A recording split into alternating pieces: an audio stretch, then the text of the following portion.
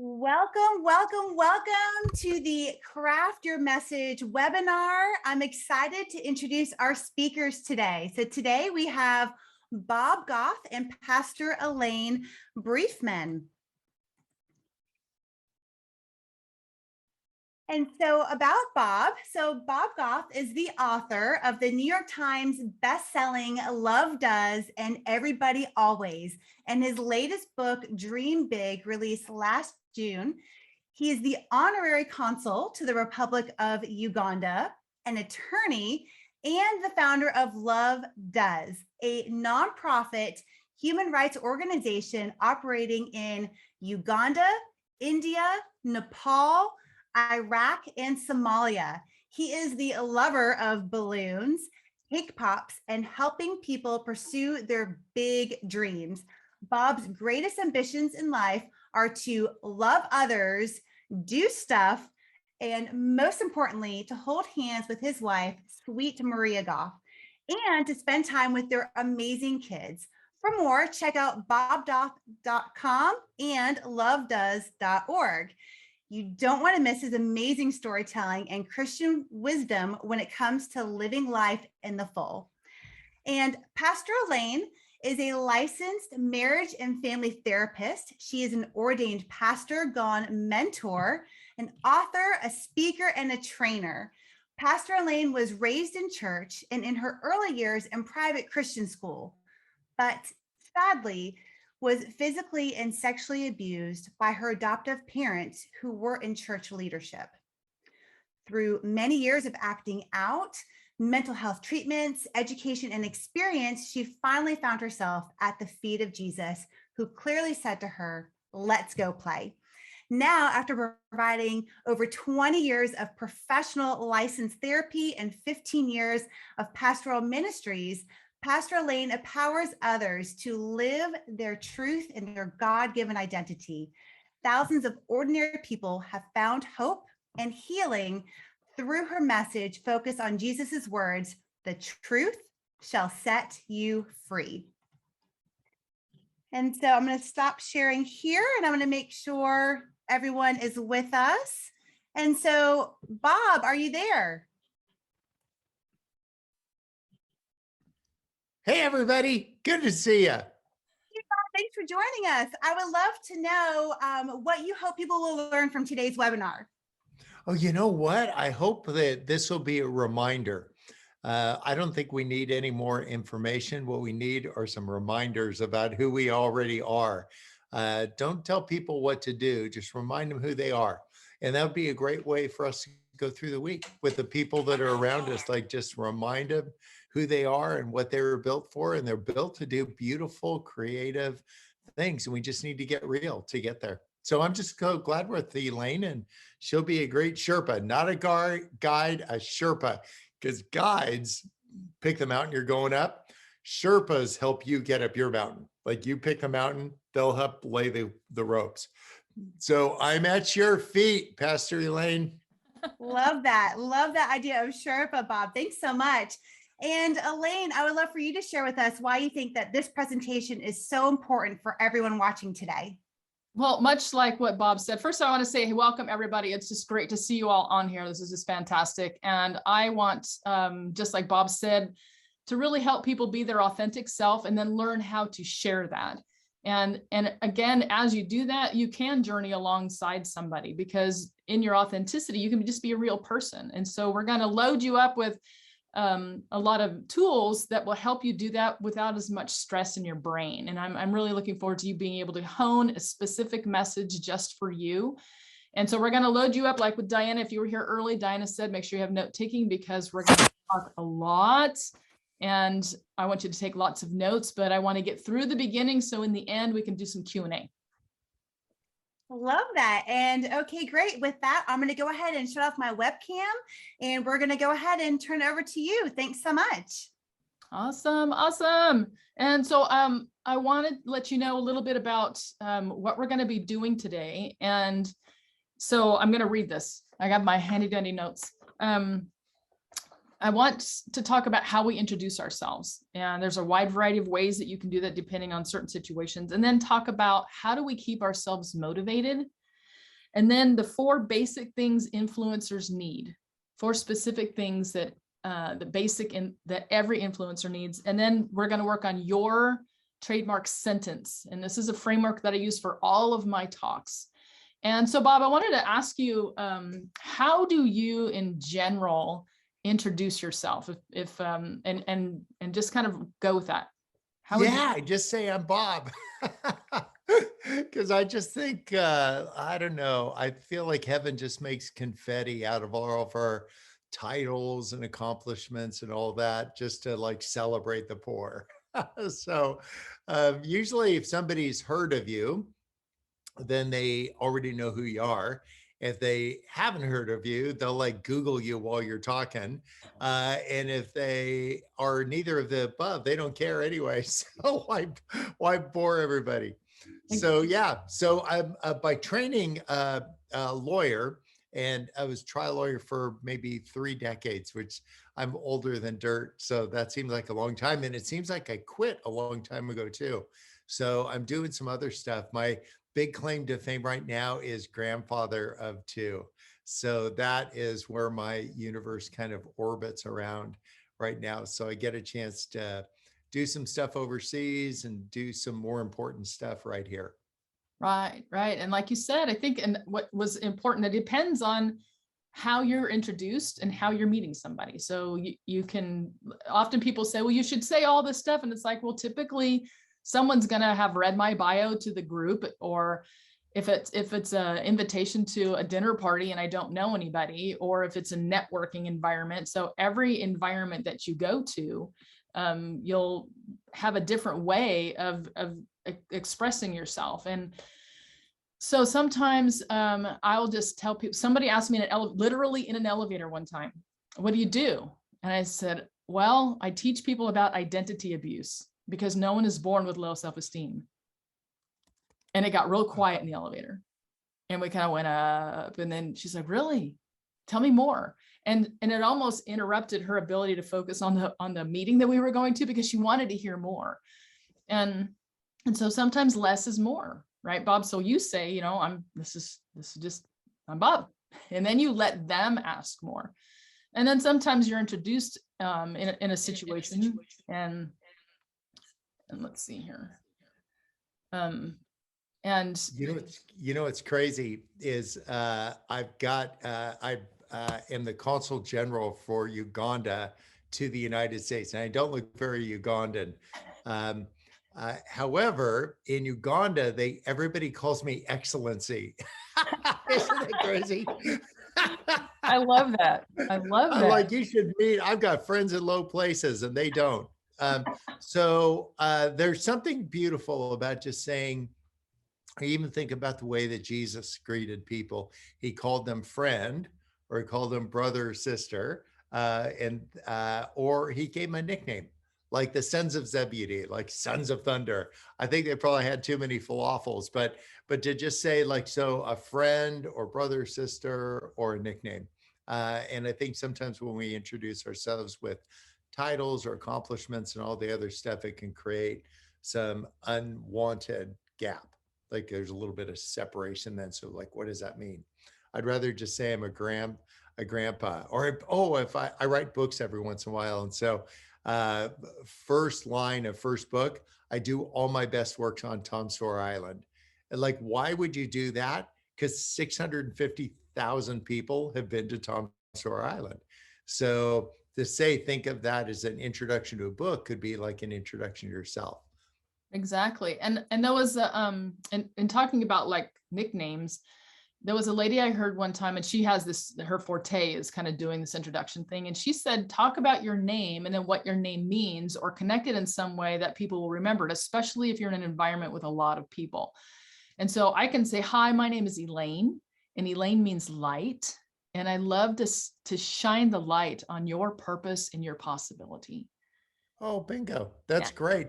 Or you could say, like, those of you that have read know why I wear a Boston Red Sox hat. I'm not a Red Sox fan, never been to a baseball game, could care less. My only sport is cheesecake. But my neighbor Carol was a huge Red Sox fan, and she was going to go to heaven. and we knew we only had a couple of days with her. So I made a deal and I said, I'll wear your Red Sox hat for the rest of my life and represent the Sox.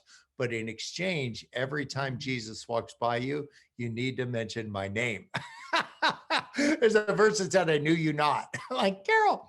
So you could tell someone a short story, and every time they see you with a Red Sox hat, it's like In-N-Out Burger. They know the stuff that's off the menu. Raise your hands if you know what like animal style is. Oh, first of all, do you know what like In-N-Out is? Raise your hands. Because if you're not raising your hand, you have not lived. This is an intervention. You need to go get a double. That's where I came to faith. It's like, there is a God. But that there's an animal style and it's not on the menu, but many of you who raise your hands, like, that means like cooked onions or something. Like, I don't even like cooked onions, but I still order it animal style because I'm part of the thing then. And so think of, to Elaine's point, like give them some of the inside scoop on who you are, and it won't be accomplishments. Right. So I want to share with you guys one of the things that I wanted to say as we got started today was to really focus on what we do and how we do it, as well as what we say, because a lot of this goes into when you talk about having a message. Bob shows up in a sweatshirt and baseball cap, right?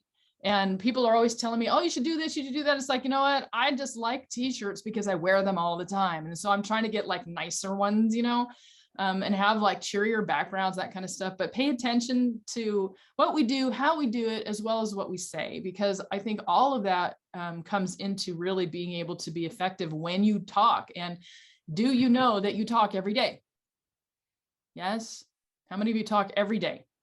Yeah, every day. So I believe that when Christians get to the place where they are effective in the way they share their unique story, we will change the world. And I'm out to help people overcome that insecurity. So I'm going to tell you my short little story. So this is a story that I share on every platform that I'm asked to speak on all the time. And it doesn't start really happy, but it ends well. And so when I was about 8 years old, my mom called me into the living room. And so I figured I was in trouble for something, or I had a chore to do. So I walked down the hallway. And when I got there, she's standing in the doorway of the living room, and I can see beyond her and see my dad sitting on the couch behind the newspaper. And she turned and she looked down at me and she says, well, your brother tells me that your dad's been doing stuff to you. Is that true? And I kind of panicked for a moment, and I'm like, I'm not supposed to tell the truth, but I'm not supposed to lie. And I just said, yeah. And she looked at my dad and she said, is that true? And he said, I don't know what she's talking about. And he never looked up from the newspaper. And we had this really kind of weird conversation going on, but he never looked up from the newspaper. And because of my dad's lie, I started believing lies about myself. And it impacted my identity, my self-worth, my value, all that kind of stuff. And it really jacked me up. And so I tell people, I do what every good jacked up person should do: become a licensed marriage and family therapist and an ordained pastor. And so I had all this personal therapy and years of training and then 20 years of performing professional therapy, but I still had clients that were getting stuck, and it was very frustrating. And one day I was sitting on my couch, and no, I wasn't praying because I'm not that religious. I was just sitting there thinking, why are these people getting stuck? And I heard these two words, identity abuse. So somebody type that into the chat, identity abuse. And I'm thinking, what is that? I would have never thought of putting those two words together. I'd heard of sexual abuse and physical abuse, but what is identity abuse? Because they're kind of ethereal concepts. But what I realized was that my identity was abused when I was little, before I was even aware I had an identity. So I grew up with the lie because it felt true. So I was believing these things that felt true. So I run back to my clients and I'm like explaining identity abuse to people, and it's just opening their eyes, and I'm watching all of this change and watching them flourish and grow. And so I created a program wrapped around that to help Christians overcome these processes that keep them believing the lie. And the three things that I cover the most are: your uniqueness matters eternally to God. And the second one is the enemy is going to lie to you about that every moment of every day in a variety of ways, and you can learn how to detect that. And then the third is you can choose. You can choose to believe the truth, even when it doesn't feel true. And that's where I spend the majority of my time. And so now I've become, instead of being Pastor Elaine, the professional codependent, I get to be Pastor Elaine, the imposter syndrome crusher. So I'm happy to say that I think it was 13 years later when the police came knocking at my door, I was able to speak the truth, and my dad did go to jail. So I am proof that the truth does set you free. So I get to tell that story on platforms around the world because it impacts people at a very, very profound level of understanding how our identity gets hijacked. And so just like what Bob said earlier, being able to tell the story of yourself and authenticity has so much power. And by the time we're done here today, I want you to feel good and skilled and facilitated in being able to do that same thing for yourself. So the motivating decisions. One of the things that I teach the people in my particular students is an I'm done statement. I'm done. What do you need to be done with in order to be able to live out what God has called you to do? So the thing for me was waiting. I had to be done with waiting. I was waiting for permission. I was waiting for authority. I was waiting for like all sorts of stuff because I thought that I needed that before I just leaned into what God had called me to do.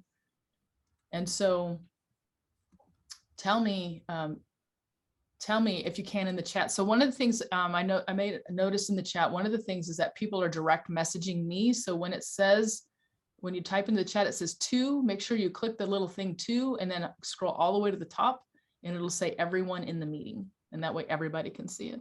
So what do you need to be done with? What is something that you particularly need to be done with in order to lean into what God has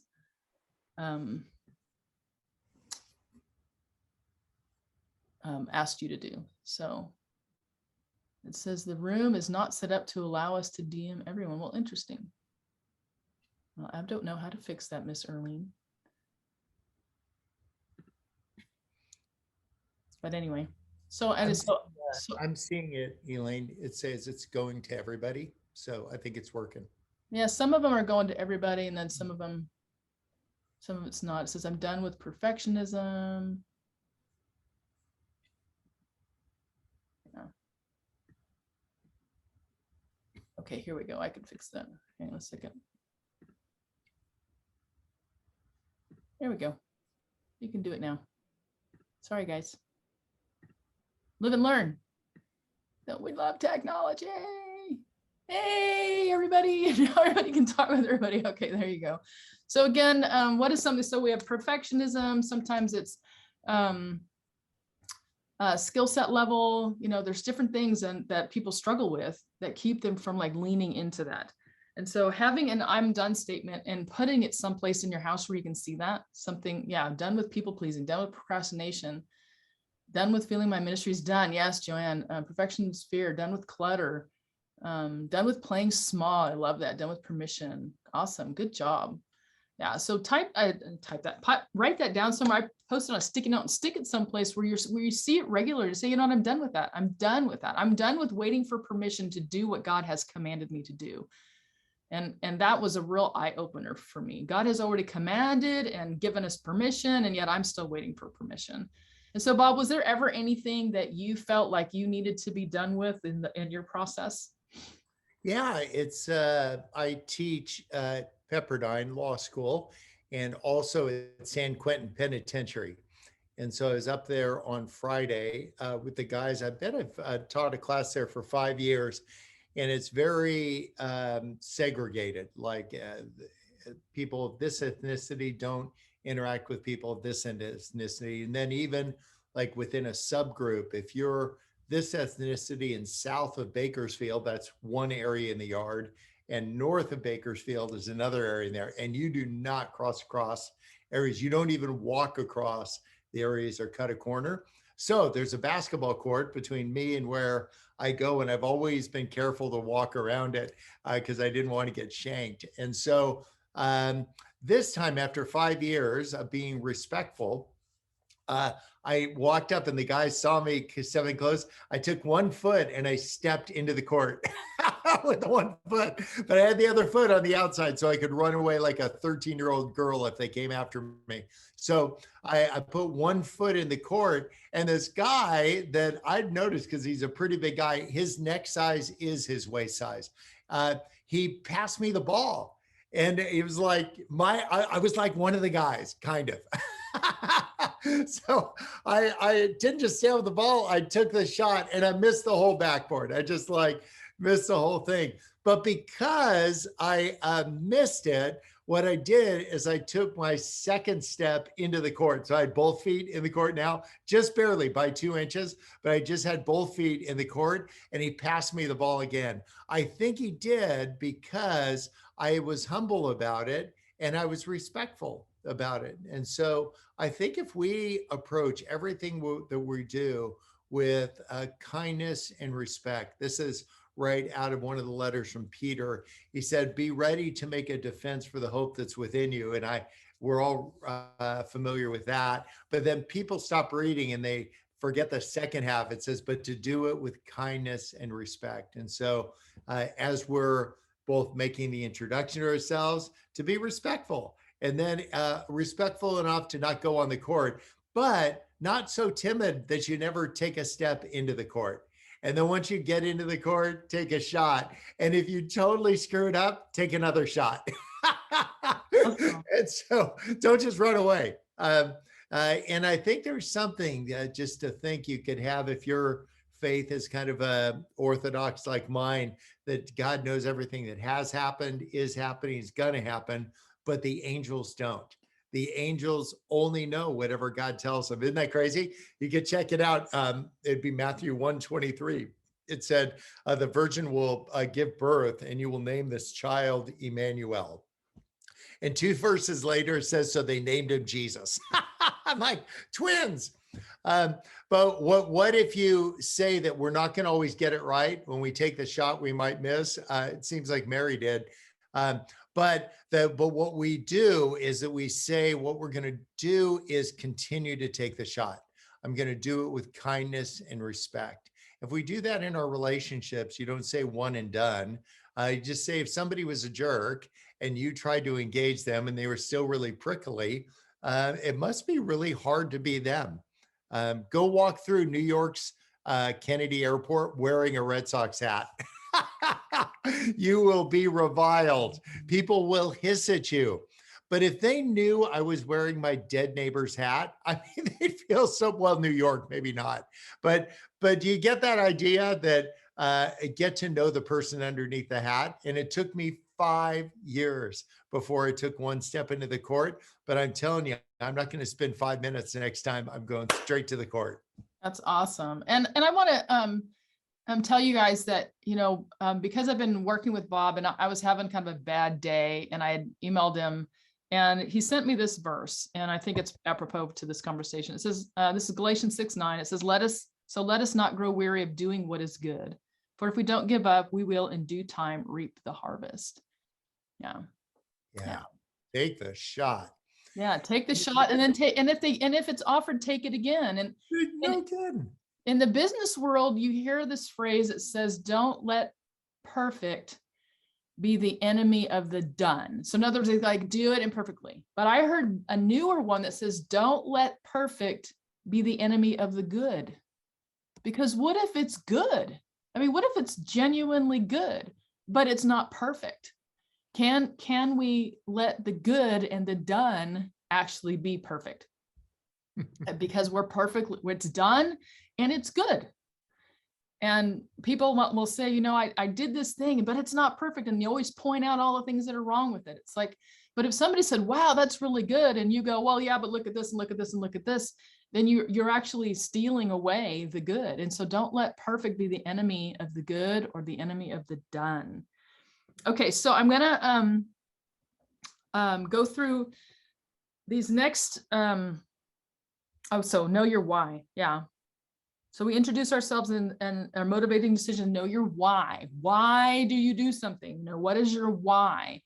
And I saw this really amazing video by Michael Jr., who he had somebody in the audience to sing Amazing Grace.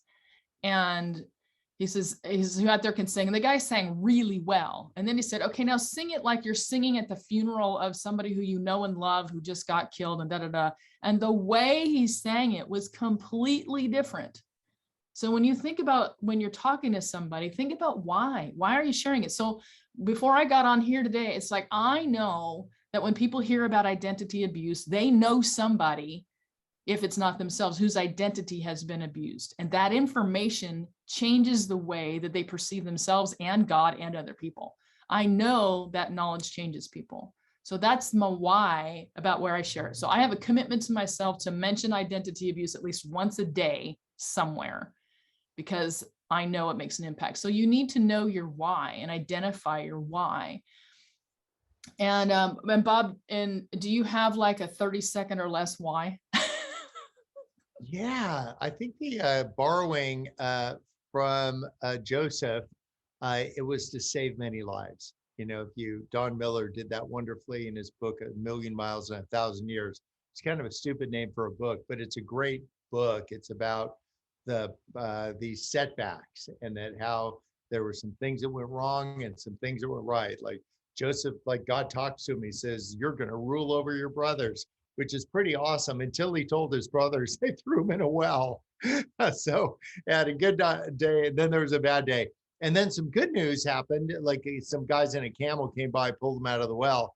And then an even better thing, he got a job in Potiphar's house, but then a bad day because Potiphar's wife was feeling frisky. And so, but then he got thrown in jail, which is a bad day. But then a good day is he met the baker and the cupbearer. But then a good day for the cupbearer, but a bad day for the baker. They killed him, but the cupbearer went to Pharaoh. Bad day for Jonah. Joseph was forgotten. But a good day is that when Pharaoh had the dreams, he was remembered by the cupbearer. There's a God, right? And then you know the whole arc of the story, and his brothers come to visit him, the ones that threw him in the well. And he said, these things happened so that I could save many lives. And so to just keep in mind that there's good days and bad days, and you don't need to take a snapshot. Everything is an up or down vote on your life, that there's just going to be this arc of good days and bad days. So just keeping track, being mindful, getting the context for what God's doing is beautiful. Awesome. And so so when we go back to that I'm done with statement, and I was reading all of the comments that you had about what you wanted to be done with. I wanted to share this now. Some of you guys have seen me share this before, but you can draw this on a napkin when you're in the restaurant with somebody. So I want you to draw this on your paper, okay? And I'm going to frame this thing one of these days. So this is I am a procrastinator, or I have to be perfect, or all these things that that you feel, right? I'm a people pleaser. I play small. I need permission. And it like owns you. It's like your identity. This is who you are. But this is the lie that the enemy wants. The enemy wants you to think you're not good enough. You're not smart enough. You're not capable enough. There's always going to be somebody better than you. And this is the way that you identify. But this is what is true. I am having a feeling of inadequacy, insufficiency. And so we go back to the whole concept of the perfect versus the good. This is a feeling. It's not perfect, and you say, I am having a feeling of not being perfect, right? This moment right here, if you take the time to say, wow, there's that feeling again. This is where you get to decide, what are you going to do with that feeling? Are you going to identify yourself with it, say, oh, that's who I am? Or are you going to say, oh, wow, I get to choose what I'm going to do with that feeling? And I'm going to take it to God, or I'm going to lay it aside, kick it to the curb, whatever, and say, this is not who I am. It is just a feeling that I'm having. Okay. So again, I want you to write that on a piece of paper somewhere, share it with a friend, and let them be freed from the feelings that feel true about our identity. Okay. So I want you on your piece of paper to, we're going to cover the 4 things that every influencer needs. And I'm just going to say them really fast because I want to move on to the skill set so we can work on your particular messaging. Okay.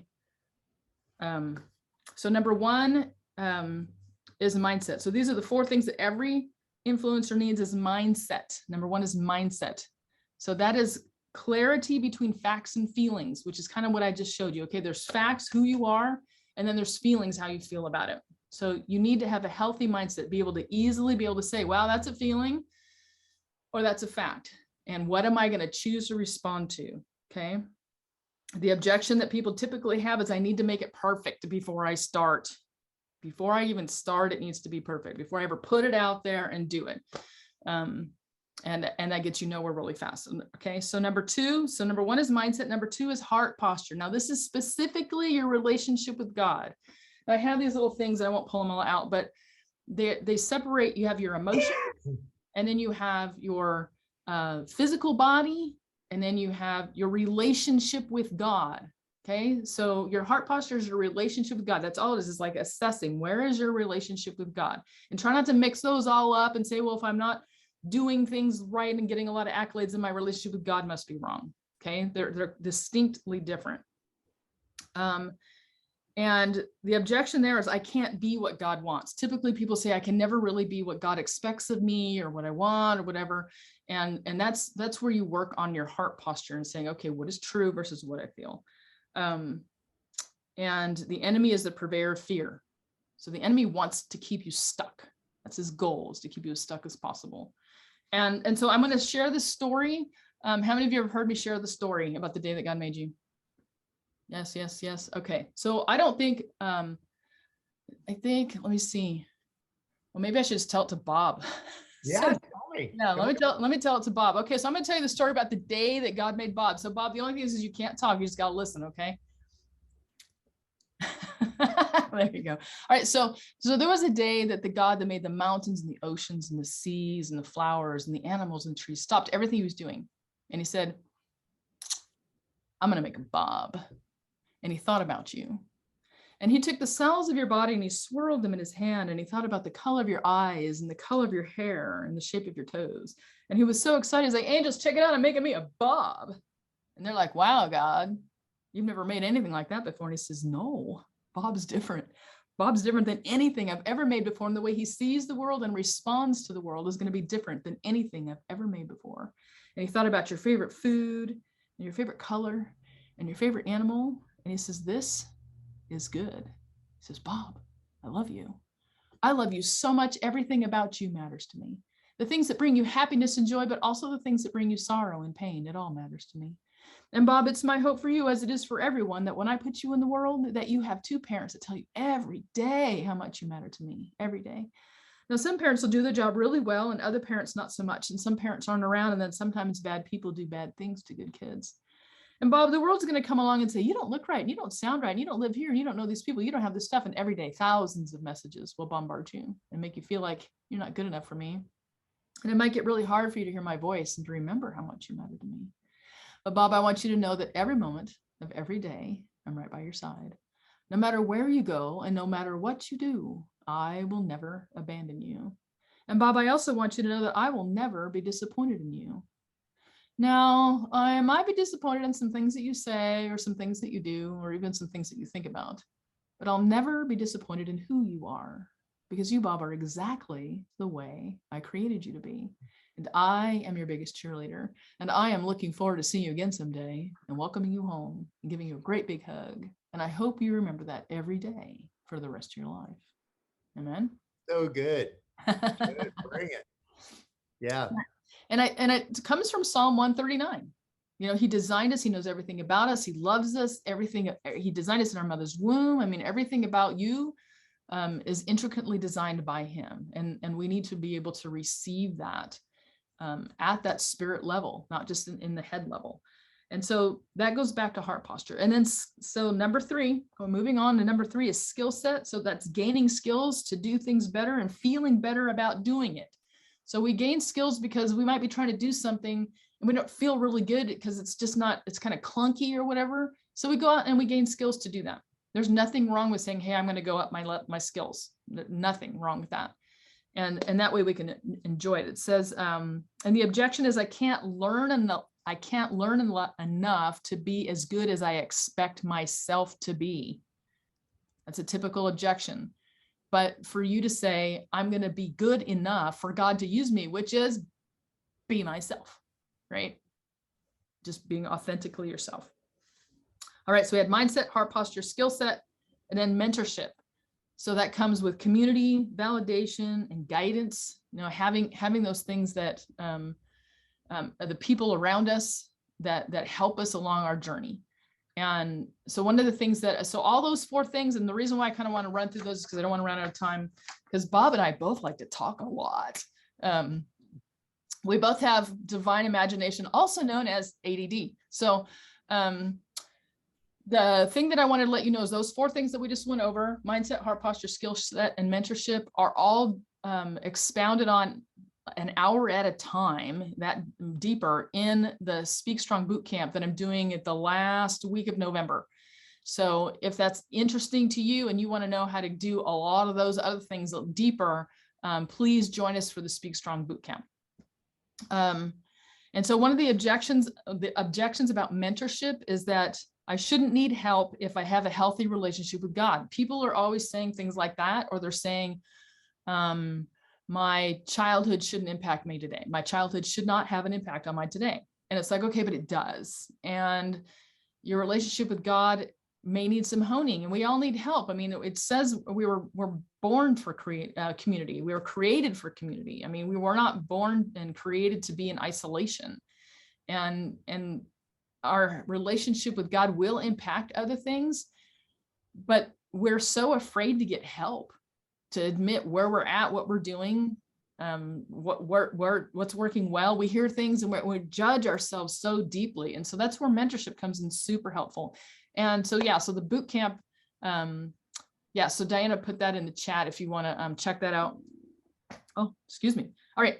So, so for the rest of the time, we're going to work on skill set. Okay. We're going to go back to skill set and trademark talk, your trademark talk. And this is the most powerful thing that I learned. So the story that I told you about my dad and the couch and that mess originally came from a training that was very similar to this.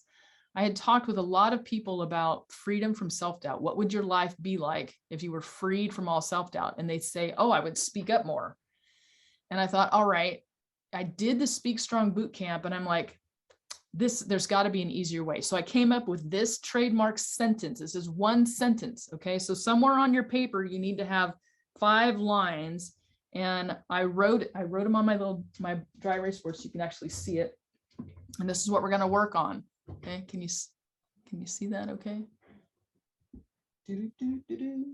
All right. So on your paper, I want you to write that down. I know that I got a lot of reflection, but so it says, I used to, on one line, but now I, due to, I want you to, so you can. I used to, but now I, due to, I want you to, so you can. All right. And yeah, so Diana put that in the chat for everybody. And these first 2 need to be day and night difference. Okay. Day and night difference. So I used to this, but now I this, something that's really, they can see there's a difference. And then what the change agent was a change agent. And then what do you want people to do? And this is the one that stumps people a lot. It stumps them a lot. They always say, well, I want you to do, and it's usually very ethereal. This needs to be an actual behavior, an action behavior that they can go do, something that you want them to do specifically. And this bottom one, so you can, should be back up here, because you're saying I used to be this, but now I'm this, and you want them to do that same thing that you're doing or experience that same thing. So this is an experiential thing. Okay. So I used to be shy. Yes. But now I do speaking engagements and I teach people how to speak around the globe due to understanding my value, my unique value, and being authentic and understanding how identity abuse was hijacking me. I want you to join my boot camp. Join my boot camp so you can speak confidently with joy anywhere on the planet. Did you guys understand how that works? Okay. So These first two, you can even say, I once was blind, but now I see. If you have a hard time, and if you memorize this little 5-part sentence, if you can memorize the sequence of this, you can use it in any speaking opportunity. Now, I don't care if you're talking to your kids, your neighbor, on a big platform, doesn't matter where you're talking, you're being able to say. So if I was going to make it up for Bob, I would say, I used to be a lawyer, for my firm, but now I share love and joy around the world due to understanding the power of authenticity. I want you to understand, I want you to take, I think you have like a course, read my book. I want you to read my book so you can enjoy bringing joy around the world. So you can use that, you can, and the one that I used to, that makes it really super easy. Another example is, I used to be fat, but now I'm skinny due to Weight Watchers. I want you to join Weight Watchers so you can be skinny too. All right. Super easy way to memorize it. And this bottom one's the so you can. What do you want people to experience when they're done talking to you? What's specific? And that's been so it's kind of like you work the whole process backwards, right? You want people to experience. People say, I want them to experience walking with Jesus. Well, what is the experience? I want you to have peace and joy, hope. You know, what is it that you want them to experience? And what is it that you want them to do? And say, well, believe in Jesus. Well, this needs to be a behavior. I want you to pray with me. I want you to read your Bible. I want you to, what is the specific behavior that you want them to do? And even if you're, and I taught this to some of the pastors that I've worked with, and you know what, I want you to come to the altar and pray a specific prayer, or I want, it needs to be something that's super concrete so they know what to do, because otherwise you can say, oh yes, we'll believe in Jesus, and like, okay. And then they don't know what that means. And so the more specific you can be, the higher the likelihood they're going to experience what you want them to experience.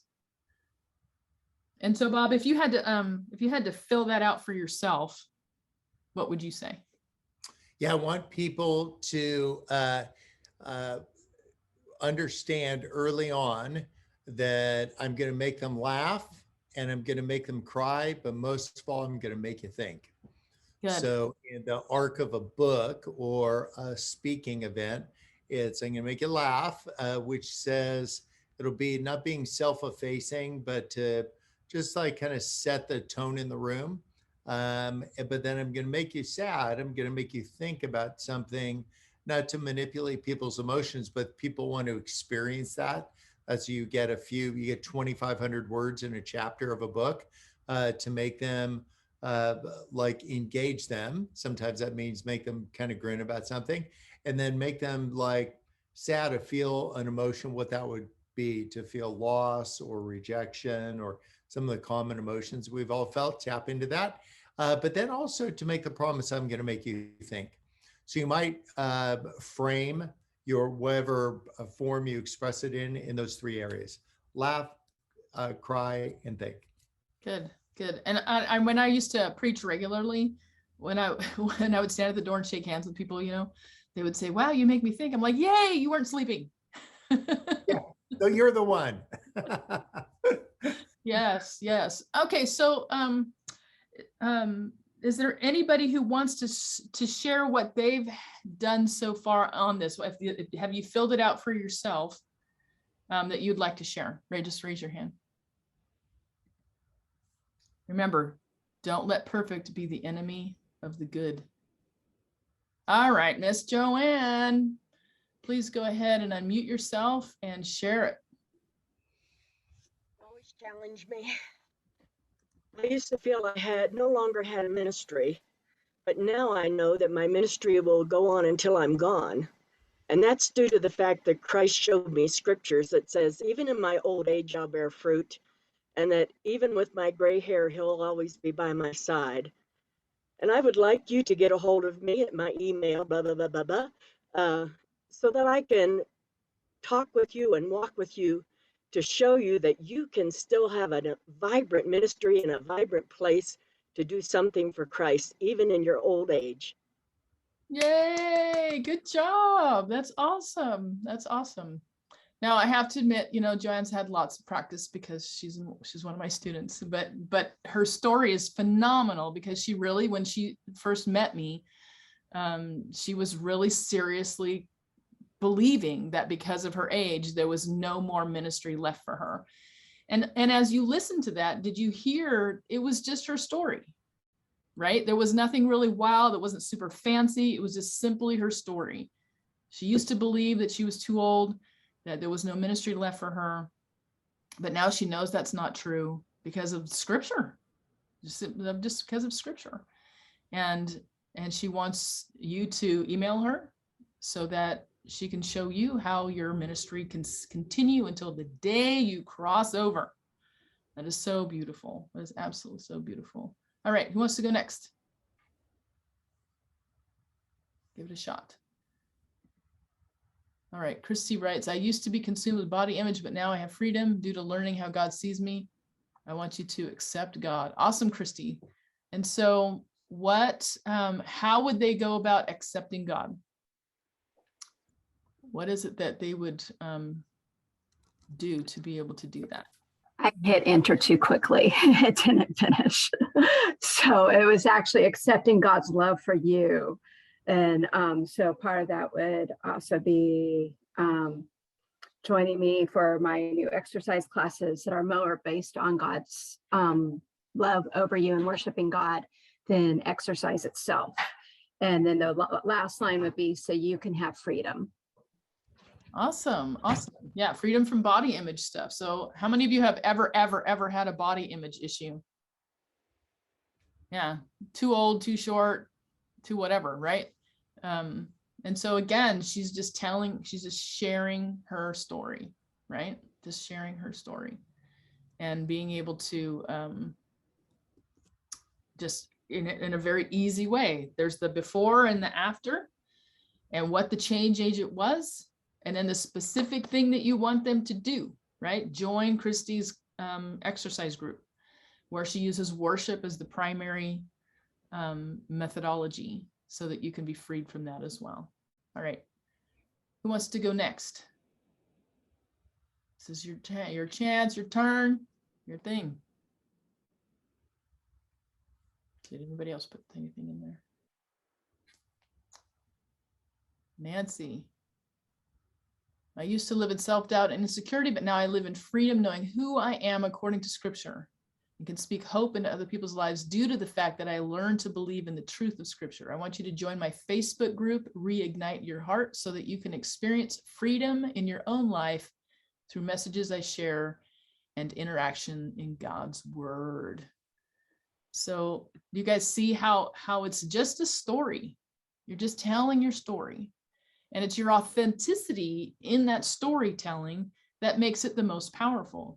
You are, it's taking people from, I'm an ordinary person with extraordinary something, right? I'm an ordinary person. I came through this thing and this is now I have this thing and why?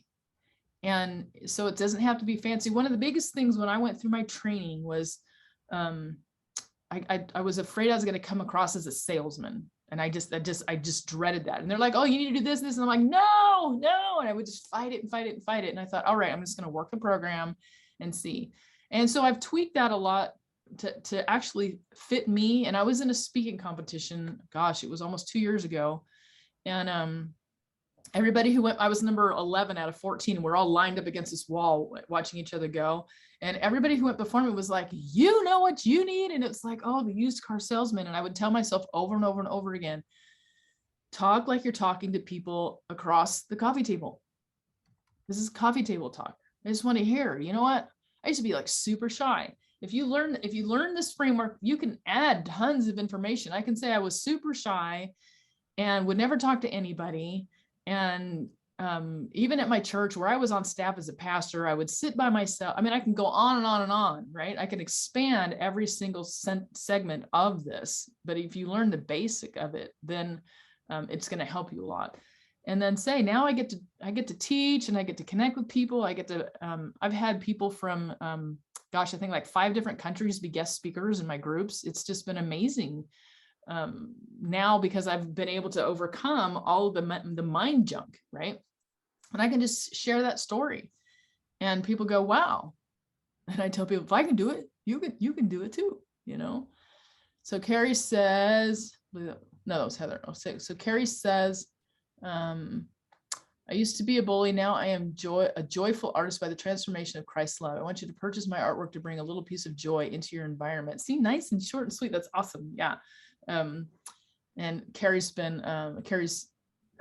really been working on her presentation as well, and being able to say that her art, bringing that, being able to say, I want you to bring some joy into your home. And all she's doing is telling her story. This is who I used to be, and this is what I'm doing now. And so Heather says, I used to be trapped in the bondage of shame and codependency, but now I walk in freedom due to being radically delivered and transformed by the love of Jesus. I want you to join me in the heart transformation study I've written called Rise and Rejoice, so you too can experience freedom and purpose in Christ. So how many of you understand how that framework works? Can you see? Yes. And so it doesn't have to be super fancy. It doesn't have to be over the top. It doesn't have to be, you know, wild and crazy. It just has to be authentic. So Joni says, I used to think I wouldn't homeschool, but then I homeschooled two daughters due to God calling and equipping me with helpers to successfully homeschool my girls and graduate one with honors. I want you to register at my website so you can be encouraged to homeschool, grow closer to Christ, and possibly graduate your children with honors too. Yeah, I told her I wish I'd have met her when my kids were younger, because I was like petrified of the whole homeschooling idea. Okay, so Bob, before we do any kind of Q&A, did you have any other thoughts or comments or any other things that you'd like to share? No, I think each of you has already inside of you been around the sun quite a few times, which is a really good thing. Use that to your benefit. Take all the things that have worked and think all the things that haven't worked before you in the past, kind of murder board it a little bit. Say, why did that happen the way that it happened? And then to say, if there's some things that Elaine's saying that resonate with you, that ping you, or there's an adjacent idea, just give it a try. Don't spend all your time wrapped up in introspection, like just release it into the world. See how that works, because Earth will let you know, and not in a kind of like cosmic, we're not going to be channeling things. We're just saying, you know, you get the marketplace is going to let you know what works and what doesn't. The marketplace of idea, the marketplace of economy, don't get head faked by people that have a different faith expression or faith experience than you. I'm not trying to be right. I'm trying to be Jesus. And so that you'll get misunderstood along the way. And they killed him. Like, what's a bad day for you? So it's going to happen from time to time that people will misunderstand you. So I just don't get head fake. Know why you're doing what you're doing. That was Elaine's message to you. And so stay with that. But yeah, open to questions. I got a couple minutes before I have to run out. But yeah, this is awesome. Yep, this is your time. If you guys have any questions, you can put them in the chat or just raise your hand and let you ask it live. Let me see if there's any questions in here. And Elaine, while we're waiting for the questions to come in, I was just going to recap what we covered today. So we started with having an intro, knowing how to introduce yourself, and then knowing your why and being just crystal clear on what that is, why you do what you do, having your I'm done with statement. And again, that was the picture that we drew earlier of the I'm having a feeling, and that you're going to be done with that particular feeling. And then the 4 things every influencer needs, which again is your mindset, your heart posture, your skill set, and having mentorship. And then again, what we just closed with, which is having your trademark sentence. Awesome. Awesome. And Elaine, I'll kick off the questions if you don't mind. Yeah, go for it. And so with your trademark talk, do you change that based on your audience? If this is directed to me, yes, I have quite a few of them. I'm trying to think of, I was going to reach for it. I always have quite a few different talks that are put together. What I would try to do is find a central core premise. I gave you an example, like step into the court. Then you might say, depending on how long the talk is, you might break it up. If it's a 15-minute talk, you could say 5 3-minute pieces of that. So 3 minutes on take a step into the court, 3 minutes on take the shot, 3 minutes on what happens when you miss the shot, 3 minutes on like continue to show up. You could just staying with the metaphor, don't mix your metaphors. So to just say, like, if there are a bunch of sports people, they would understand what man-on-man coverage is. But I'm a bit of a feminist, so I would say, oh, you want a conversation, get a guy. You want to make a move, get a woman. All the people that run Love Does for me, they're all women because they're unafraid of the impossible. And so you can riff on a theme, but to pick a metaphor, go with that. If you have a 45-minute talk, that's a little bit different. And back to the beginning of this conversation, Elaine was talking about how we are all speaking. My cadence is 19,000 words an hour. So if you just turned me loose, just wound me up and turned me loose, that would be 19,000 words an hour. So just know that there's a lot of information coming at everybody. So just be a safe place. Don't try to load them up with information. Ask more questions. Even though you're the one doing the speaking, I would make it like feel interactive. You could tell them to make their leg go clockwise, their right leg clockwise in a circle. And with their right hand, while you're doing that, draw a 6. And their legs will go backwards. They'll just stop, and you could say, like, I don't even know why that works. You would think that's off the message, but you could find to say, we don't even know why we do a lot of the things that we do. So can you, some of you are trying right now, I've lost you. So can you see how you just made it interactive, and now we've shared an experience together? You can think of Acts 2 and 4. It said they broke bread together. They just pounded a bunch of carbs, and they had things in common. So as soon as you do this, then you've got something in common with them. So these aren't parlor tricks, but these would be very intentional steps that you do to keep everybody involved. Those are awesome suggestions. And I try to remind people that this is not emotional manipulation. It's like we have a message that changes lives and hearts, and we're doing what we can to make the receptivity of that message as high as possible. And there's ways to do that. So we have a couple of questions. So let me read them off to you, Bob, and then you can, It says, Bob, you're always such a positive person. Do you ever have a bad day when you are down? And then it says, do you talk to people everywhere you go, like strangers in line at the store? And then it says, how do you handle negative responses if you're trying to be kind and respectful, especially if it's somebody in authority? Yeah, there was something I was trying to think. Somebody sent an email within the last couple of days. They said, I was deeply troubled by whatever it was. Somebody, no doubt, that I had on my podcast, or, oh, I know, now I'm remembered. But anyway, it was a person that was on the podcast. And so I just thought, you know what? I'm not trying to school everybody, but I just said, I want to be deeply troubled that 10,000 kids have died in Yemen so far this year.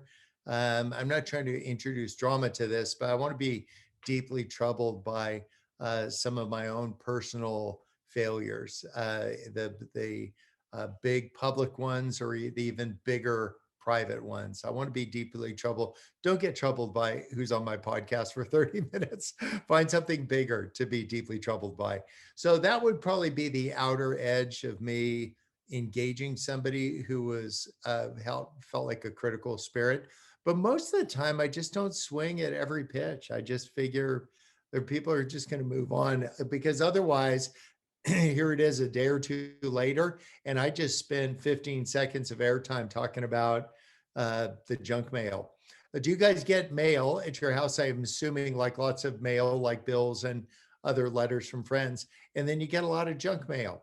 And so what I try to do in my interactions with people is see, not that people are junk, but some of the mail they're sending you is to just say, is this just junk mail? It just doesn't matter. or is this some words from somebody whose voice I trust? And so I would just like stop reading the junk mail, and for certainly stop responding to the junk mail. Like, you just don't need it. So if somebody's like in your grill about something, I'm like, get a puppy. Like, I don't need to get engaged with that. Like, you'll just be so busy cleaning up after that puppy, you won't have time to send me mean emails. So again, just understand it. Understand that you'll be misunderstood. And it's going to happen along the way. And so I'm just not giving people that kind of agency, but I'm not doing it out of arrogance. I'm just doing it because I just think the wily schemes of the devil, and I don't see the devil around every corner, but I know he doesn't want to destroy you, because if he destroys you, that's one and done. But if he distracts you, if Elaine is distracted, then you'll be distracted, and you'll be distracted, and you'll be distracted. So I just don't want to get distracted, and I don't want to become a distraction for people. And if I get in their grill, and I'm pretty good at winning arguments, 32 years, I've never lost a case. And it's not because I'm a good lawyer. I'm a really good picker. I only pick cases that can never be lost. So what if you find your inner picker? Be a better picker. So Jana wants to know if you ever have a bad day when you're down.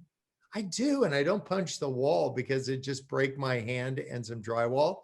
But what I do is I try not to spend a lot of time interacting with people when I'm having a bad day.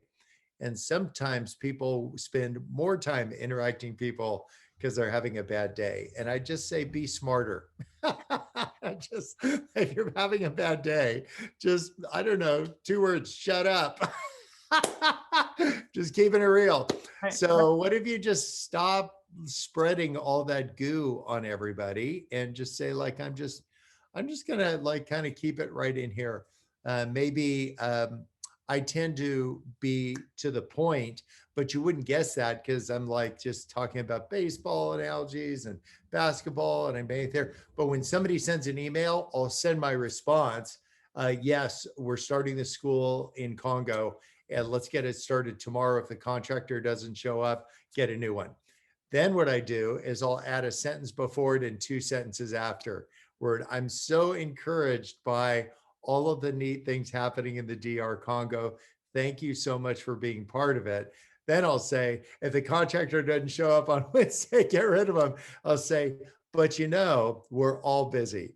I recognize. So that idea of a sentence before and 2 sentences after what you have to say is really effective. It just absolutely. And it's funny that you say that, because I've had to learn that, like automatic text, when somebody texts me I learned to stop and actually say, happy Sunday, da da da da da, something at the time, because somebody actually said, oh, what, no greeting? And I thought, oh, wow, I never even thought about it. But now I really take my time when I'm doing those. So that's a really, really great idea. I do want to respect your time. And I want to thank you so much for coming on today. This is awesome. awesome. Oh yeah. So I was wondering, did you bring any balloons with you? My whole life is filled with balloons. My garage is not. And this is where I am. Okay, that's okay. That's okay. But you have inspired me, because I don't know if you guys know this, but when he writes his emails, it says he's the chief balloon inflator. And I blow bubbles. Yeah. So Diana was reminding me about blowing bubbles. So I have to do this. Oh, come on, bring it. I like it. And so I'm going to have to change my email signature to say chief bubble blower. And I just like that. That's good. Yeah. I'm not much for smoking because it'll give you cancer and like lip cancer and all that. But if you ever were like had a pipe and you blew into those bubbles, it'll trap the smoke inside the bubble and it'll float and then it'll pop. It's awesome. Oh, funny. If you're really bored, give it a try. That's funny. All right. Well, I want to respect your time. If you're, okay, I'm going to pop off and I'm just jumping into a love does. Everybody say thank you, guys. I'm cheering for you. Thanks for including me, Elaine. Oh, you're very welcome. Thanks for being here, everybody.